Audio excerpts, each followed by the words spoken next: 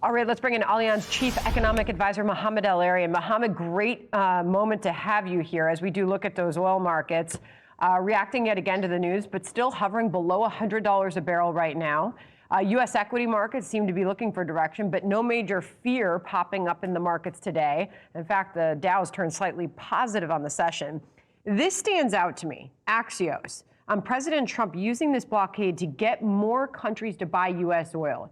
You tell me how you react to this. President Trump is pairing his Iran blockade with a sales pitch. Countries squeezed by the Strait of Hormuz, especially China, should buy more oil from the U.S. instead. The U.S. rise to become the world's largest oil and gas producer and largest exporter of liquefied natural gas provides geopolitical leverage that Trump is attempting to wield. What say you about that? So I think it's already happening. We've seen more U.S. exports of energy product go to Asia in particular. That is replacing what they would have gotten from the Middle East, and that is generating revenues for the U.S. I would just have two qualifiers, Sandra. One is in magnitude, it doesn't compensate for what these Asian economies got from the Middle East, which means that they face not just higher prices, but potential shortages. And the second thing is we can't take this too far, because the whole point of our energy independence is that we have enough supplies, and you don't want to divert too many of those supplies abroad. So it's a very positive thing, but it has its limits. This was the president moments ago. We took a question on all of this while receiving that McDonald's order. Listen.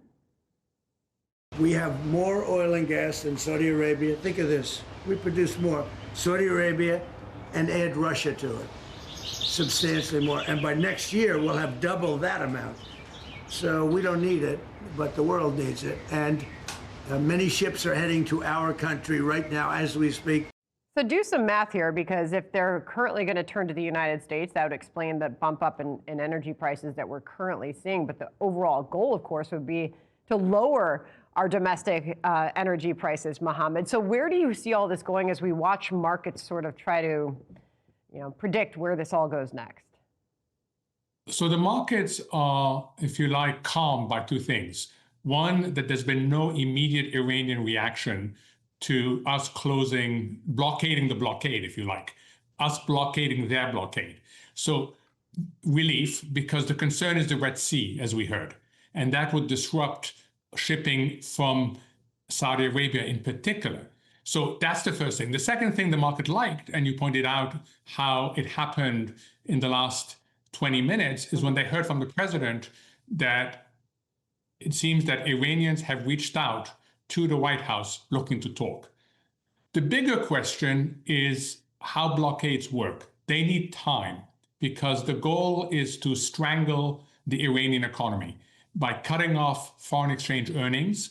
That fuels inflation, it fuels an unstable exchange rate, and it makes the whole situation there even more problematic. But you need time. And the question is, could you produce that amount of time given what else is going on in the region? And people are all over the place on this, Sandra, in terms of, yes, it's a good idea, but the journey to the destination is a tricky one. Let me finish off where the hour started, and that was with President Trump receiving that DoorDash delivery of his favorite McDonald's from a lovely driver who explained how the no tax on tips policy from this president has dramatically impacted her family. Listen here. Well, I want to thank you for the no tax on tips. It has helped my family out immensely, and I definitely appreciate it. Thank you. The one thing that I just in leaving, we've had more good press for a change, having to do with the fact that people are receiving more money from their tax refunds than they ever thought possible. What a moment that was lovely Sharon Simmons from Arkansas, a real-world example, she and her family, as to how the no tax on tips really changed their economic well-being. Yes, absolutely. A grandmother of 10. And it speaks to something very important. Many of the people who are in the gig economy are supplementing their income so that they can make ends meet. They are looking at a cost of living that has been going up for the last 5 years. And therefore, they are very happy they can retain more of their income, of their take-home pay, because of that step. And it's an important because it addresses some of the most vulnerable segments of the households. You bet. Driving since 2022, she said, and to make ends meet.